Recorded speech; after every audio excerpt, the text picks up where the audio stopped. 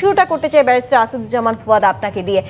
28 October যখন প্রায় সবাই আত্মগোপনে চলে গিয়েছিল, তখন দুঃসময়ের কাণ্ডারি বলে খ্যাত যাকে বলা হয় সিনিয়র দল বিএনপির সিনিয়র যুগ্ম মহাসচিব রুহুল কবির রিজভী সহ আরও বেশ কিছু হেভিওয়েট, এবার দেখা গেছে বিএনপির 237 আসনে যে মনোনয়ন প্রার্থী ঘোষণা করা হয়েছে তার মধ্যে তারা মনোনয়ন পাননি, অর্থাৎ মনোনয়ন বঞ্চিত হয়েছেন। সেখানে আলোচিত কিংবা সমালোচিত বীর মুক্তিযোদ্ধা ফজলুর রহমানের নাম এসেছে মনোনয়নে।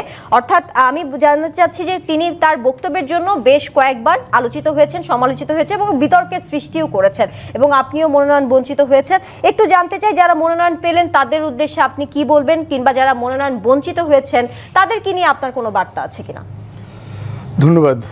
প্রথম কথা হচ্ছে যে একটা দল কাকে প্রার্থী করবে না করবে এটা একান্তই তার নিজস্ব রাজনৈতিক ব্যাকরণ আছে, তার নিজস্ব পথ চলার ইতিহাস আছে। সেই জানে তার কোন আসন থেকে কোন নেতা এমপি হয়ে আসতে পারবেন, কি বাস্তবতা আছে এগুলো, এবং সেটা তার এখতিয়ার। এটা একান্তই বিএনপির জুরিসডিকশন। তবে এই ব্যাপারে এক্সক্লুসিভলি মন্তব্য করবার জায়গা বিএনপির স্ট্যান্ডিং কমিটির, যেহেতু তাদের গঠনতন্ত্র মোতাবেক বিএনপির স্ট্যান্ডিং কমিটি হচ্ছে তাদের নমিনেশন বোর্ড আর কি। দ্বিতীয় কথা হচ্ছে বিবিসি বাংলার সাথে তারেক রহমান গত মাসে সম্ভবত একটা সাক্ষাৎকার দিলেন।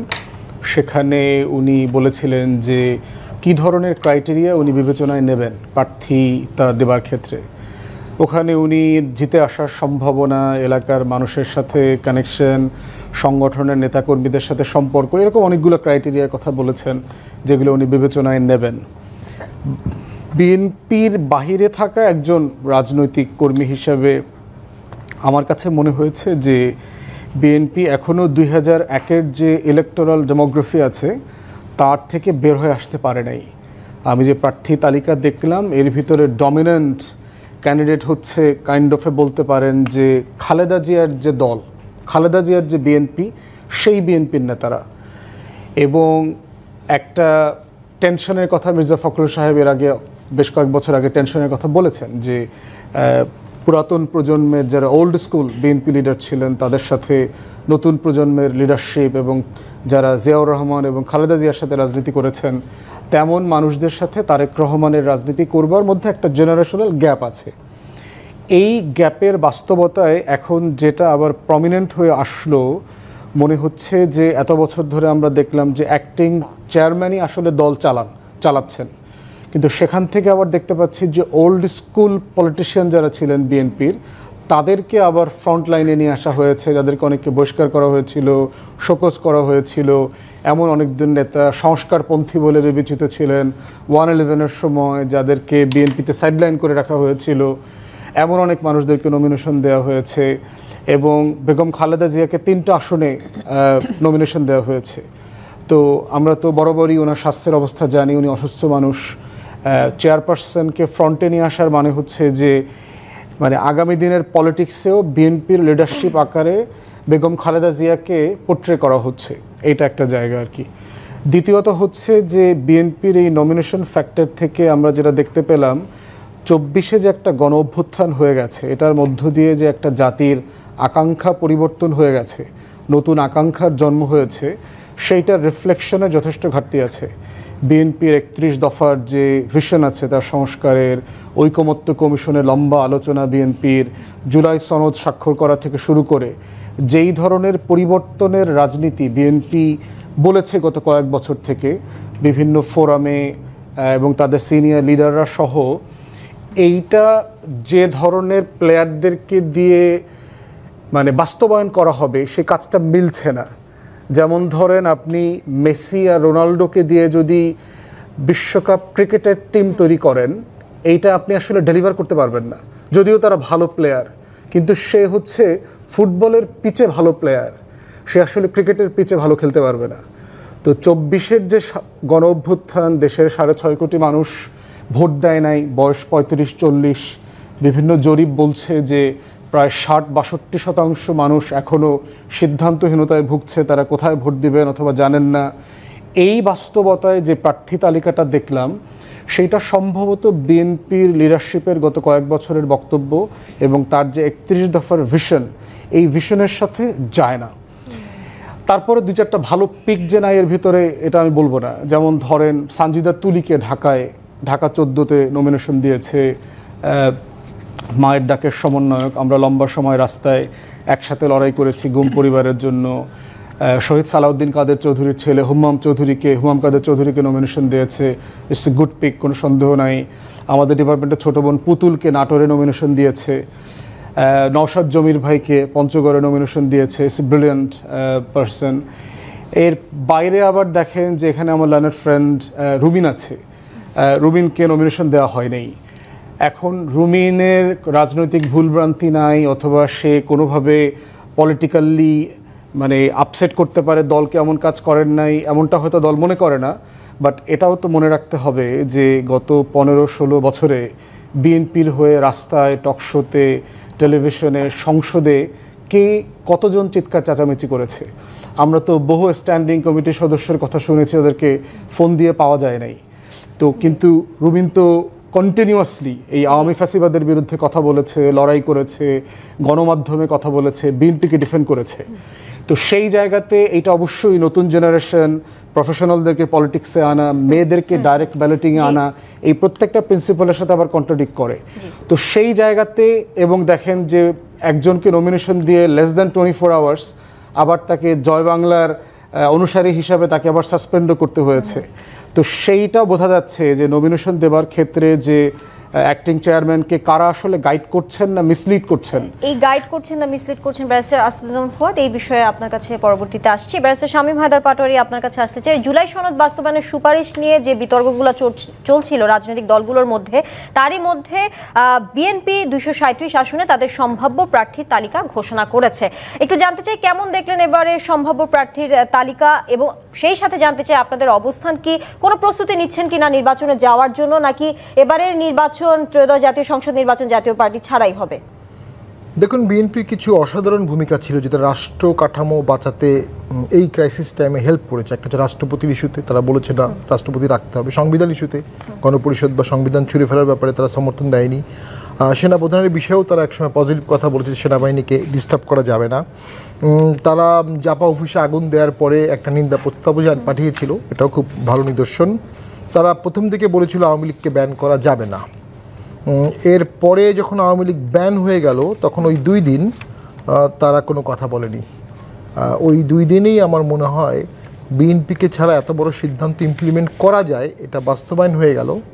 ওখান থেকে একটা রিট্রিট শুরু হলো বিএনপির গোড়া থেকেই মনে হচ্ছিল যে কোনো মূল্যে বুঝিয়ে সুঝিয়ে ডক্টর ইউনূস স্যারকে জিয়াউর রহমানের সাথে সমতুল্য করে সব কিছু মেনে নিয়ে একটা ভোট হলেই হবে। সব কিছু মেনে নিয়ে ভোট হয় না। দ্বিতীয় হচ্ছে ডক্টর ইউনূস স্যার বিশাল ব্যক্তিত্ব, দেশে যে সংঘাতময় ভোটটি হতে যাচ্ছে সেটাই যদি বিএনপি ক্ষমতায় আসে, ডক্টর ইউনূস স্যারের এখানে ম্যাটেরিয়ালিস্টিক বেনিফিট কি হবে, তিনি কেন এই ঝুঁকিটা বিএনপির জন্য নেবেন? উনি তো বিএনপির চেয়ারম্যান বা সভাপতি না।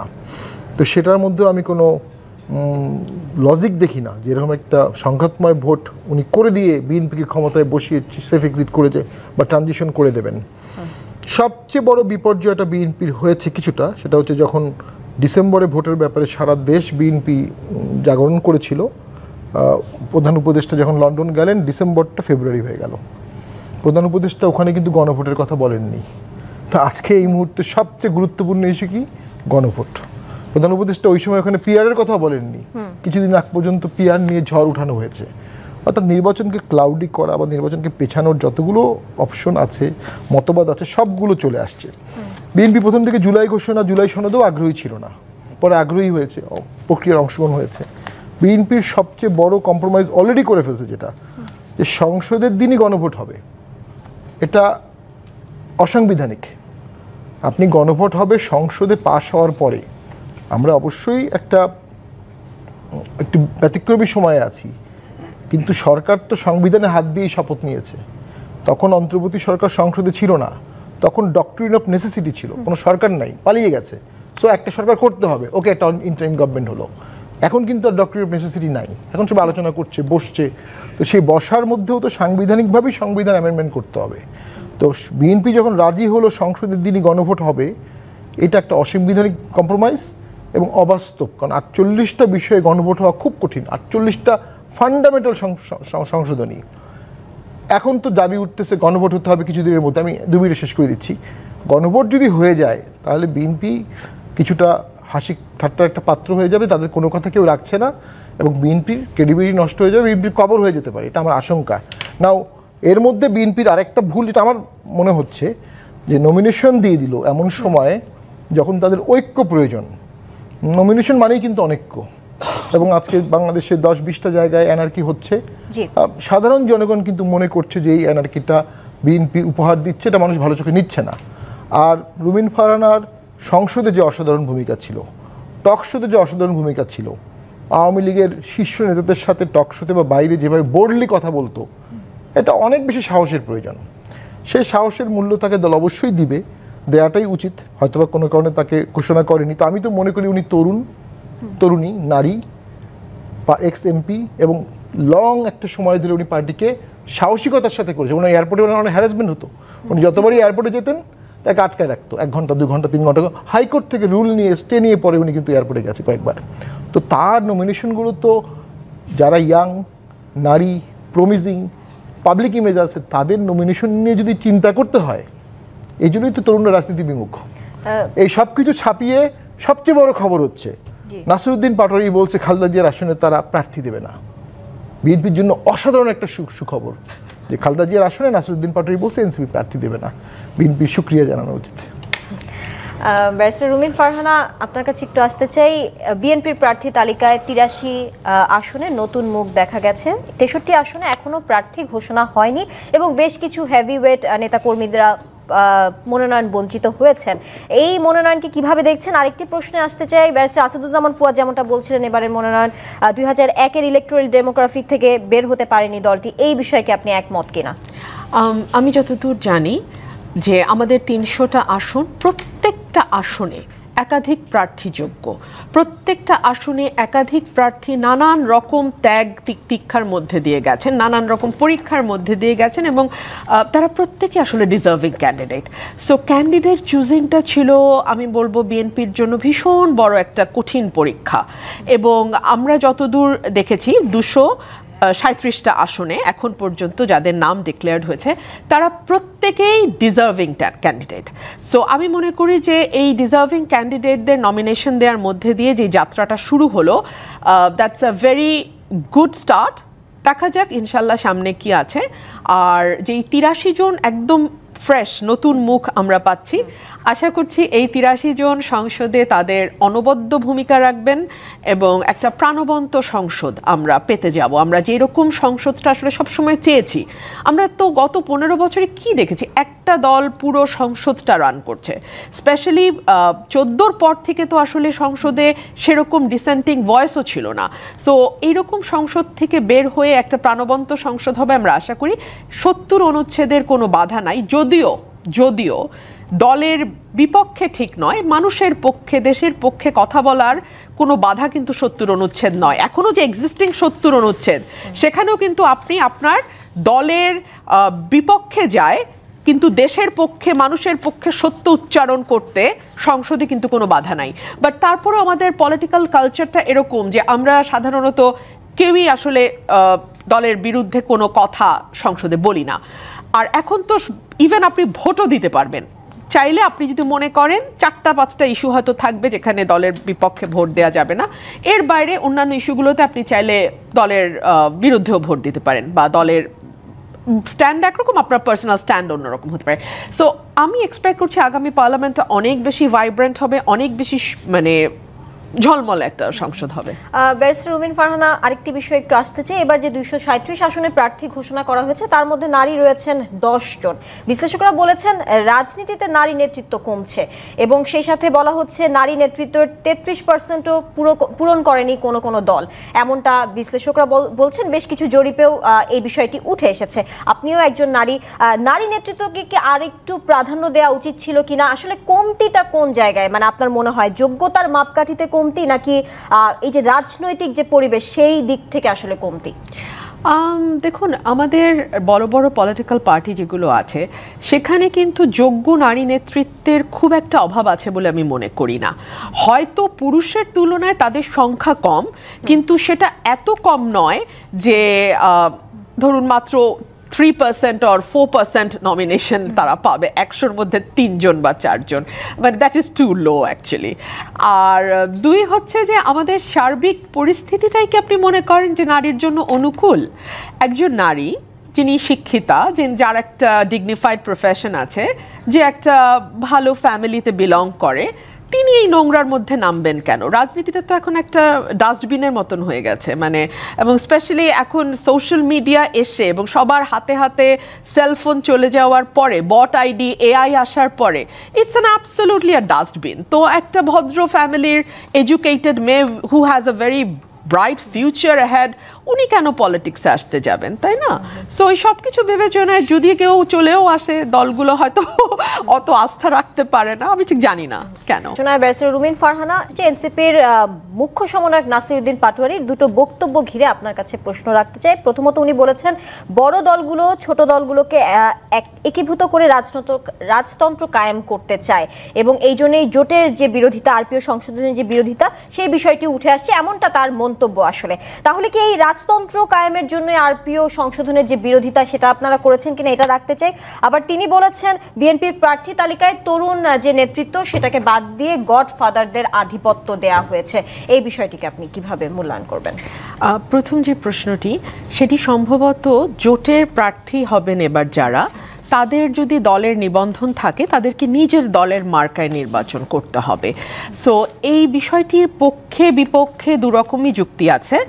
নির্বাচন কমিশন থেকে যে কথা বলা হয়েছে, বা সরকারের তরফে, নির্বাচন কমিশন তো না, সরকারের তরফে যেটা বলা হয়েছে সেটা হচ্ছে যে ছোট দলগুলো তো কখনো বিকশিত হতে পারে না। তারা সবসময় দেখা যায় হয় নৌকার সমর্থন নিয়ে পার্লামেন্টে যাচ্ছে, কখনো ধানের শীষের সমর্থন নিয়ে পার্লামেন্টে যাচ্ছে। এতে হয় কি, বাংলাদেশে এই যে দ্বিদলীয় ব্যবস্থা, এটা 50 বছর ধরে আরো স্ট্রং হতে থাকে। ছোট ছোট দল অনেকগুলো আছে, বাট তারা সেভাবে ইন্ডিপেন্ডেন্টলি ফ্লারিশ করতে পারে না। সো যাতে দলগুলো ফ্লারিশ করতে পারে, সে কারণেই বলা হয়েছে যে এবার যার মার্কা, তার সেই মার্কাতেই নির্বাচন করতে হবে। এক। দুই হলো যে আপনি যদি দলের নিবন্ধন নেন এবং একটি মার্কাও নির্বাচন কমিশন থেকে নেন, তাহলে প্রশ্ন হচ্ছে আপনি আপনার রাজনীতি কেন করছেন না? মানে আপনি তো একটা দলের মার্কা নিয়েছেন এবং সেই দলের রাজনীতি আপনি ধারণ করেন, না হলে তো আপনি আসলে ধানের শীষ বা নৌকাই আপনি মূল দলই করতে পারেন, তাহলে একটা ছোট দল রাখবার প্রয়োজনটা কি? এই কথাগুলো সরকারের তরফ থেকে এসছে।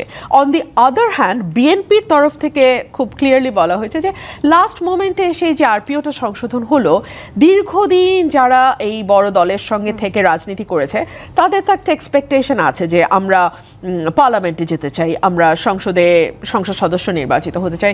সো সেই এক্সপেকটেশন থেকে হয়তো তারা বড় দলগুলোর সঙ্গে জোট করেছে এবং বড় দলগুলো একসময় দেখিয়েছে যে আমার সাথে এতগুলো রাজনৈতিক দল আছে, এতগুলো দল মিলে একটা জোট তৈরি হয়েছে। সো এটার বোথ ওয়েতেই এটার আর্গুমেন্ট আছে। আর গডফাদারের ব্যাপারে উনি যদি স্পষ্ট করতেন যে আমি, মানে 237 জনের মধ্যে কাকে উনি গডফাদার বলছেন, আমি তো কোনো গডফাদার দেখছি না। যে তালিকাটা আমাদের প্রকাশিত হয়েছে সেখানে আমার জানা মতে তো আমি কোনো গডফাদার দেখিনি। ব্যারিস্টার রুমিন ফারহানা, আরেকটি বিষয়ে জানতে চাই, এই যে এনসিপির থেকে বলা হয়েছে যারা মনোনয়ন বঞ্চিত হয়েছেন তাদেরকে তারা স্বাগত জানাচ্ছেন, ছাত্রদল, যুবদল, তাদেরকে এই তরুণ যার নেতৃত্বকে বাদ দেওয়া হয়েছে তাদেরকে এনসিপির পক্ষ থেকে স্বাগত জানানো হয়েছে। তাহলে এটার মানে কি, এটা দ্বারা এনসিপি এখন বিএনপির ছাঁটাই ক্যাম্প হিসেবে গণ্য করা হবে, নাকি এটা তাদের আসলে নতুন রাজনৈতিক কোনো কৌশল আপনি দেখতে পাচ্ছেন? কি বলবেন? আমি এটাকে কৌশল হিসেবেই দেখি, এবং আমরা তো প্রতিদিনই দেখি যে এক দল থেকে লোক আরেক দলে জয়েন করছে। আমরা দেখি যে বেশ ফুল টুল দিয়ে নতুন দলেও বরণ করেও নেওয়া হচ্ছে। এটা সব দলের মধ্যেই হচ্ছে, এই দল থেকে ওই দলে যাচ্ছে, ওই দল থেকে এই দলে আসছে। এটা আমি মনে করি না এটার মধ্যে কোনো অপকৌশল কিছু আছে, উনি ওনার রাজনৈতিক বক্তব্য হিসেবে এটা বলতেই পারেন। জি, ব্যারিস্টার শামীম হায়দার পাটোয়ারি, আপনি বলেছেন গণভোটের দাবি নজিরবিহীন, কিছু দল ঐক্যমত্য কমিশনে গিয়ে ফাঁদে পড়েছে। আসলে আমি জানতে চাই কোন দৃষ্টিতে আপনারা এটাকে ফাঁদ বলছেন, আর যারা সই করেছেন তারা যে ফাঁদে পড়েছেন, কেমন ফাঁদে পড়েছেন, না এই প্রভাবটা কি হবে? আবার জানতে চাই যারা সই করেনি তারা আসলে এই ফাঁদে তো পড়েনি, সেটা বুঝলাম, সেটাই বুঝাচ্ছে, যারা যায়নি, সই করেনি বা ডাক পায়নি যেসব রাজনৈতিক দল, তারা কি কোনো অবদান রেখেছেন কিনা? দেখুন, বিএনপি নিজেই বলেছে তাদের স্বাক্ষরকৃত পাতা চেঞ্জ করা হয়েছে, এটা তাদের বক্তব্য। 270 দিনের মধ্যে স্বয়ংক্রিয়ভাবে কার্যকর করা হবে, এটা অবশ্য পরে শুনলাম বাদ দিতে পারে। এইটা তো নজিরবিহীন। আপনি কিভাবে একটা পার্লামেন্টকে 270 দিনের মধ্যে অ্যাজ ইট ইজ ভার্বাটিম একটা প্রপোজাল বাধ্য করতে পারবেন? প্রসেসটা হচ্ছে সংসদে ড্রাফট হবে, ড্রাফটের পরে সেটা কমিটিতে যাবে, কমিটি থেকে সেটা হাউসে ট্যাবলড হবে, ট্যাবলটে সেখানে একটা উত্থাপনে আপত্তি হবে, সেখান থেকে এটা আবার কমিটিতে যাবে, কমিটি থেকে আবার পার্লামেন্টে আসবে, সংশোধনী সহ জনমত যাচাই সহ সেখানে আলোচনা হবে, তারপরে সংসদে পাশ হবে, তারপরে গণভোটে যাবে, তারপর রাষ্ট্রপতি অ্যাসেন্টে যাবে। গণভোটটা মূলত রাষ্ট্রপতি বলবে যে ইহা সংসদে পাশ হইয়াছে, এখন আমি সম্মতি দিব, আপনাদের মতামত কি, প্লেন ল্যাঙ্গুয়েজে এইটাই। তো এইটার উল্টোটা এখন হচ্ছে, ব্যতিক্রমী সময় কিছুটা উল্টো হতে পারে, কিন্তু ওই যে বললাম এখন তো ডক্ট্রিন অফ নেসেসিটি নাই, এখন হচ্ছে doctrine of anarchy and crisis and confusion. যে কোনোভাবে হোক দ্বন্দ্ব লাগাতে হবে, এবং দ্বন্দ্ব লেগে গেছে, কিন্তু এটা আর্টিফিশিয়ালও হতে পারে, জেনুইনও হতে পারে। বিএনপি কি ফাঁদে পড়েছে? মানে বিএনপির সাথে মনে হচ্ছে জামাত, বিএনপি, এনসিপি, তিনটা বাংলাদেশের দল, আর কোনো দল নাই। বাংলাদেশের 18 কোটি লোকের মালিকানায় 3 দলের সংবিধানের, ওনারাও ছিল সবাই, কিন্তু ভিজুয়ালি মনে হচ্ছে তিনটা পক্ষ। বিএনপির ফাঁদটা হচ্ছে তাকে এনসিপি স্টেজে নামিয়ে আসা হয়েছে।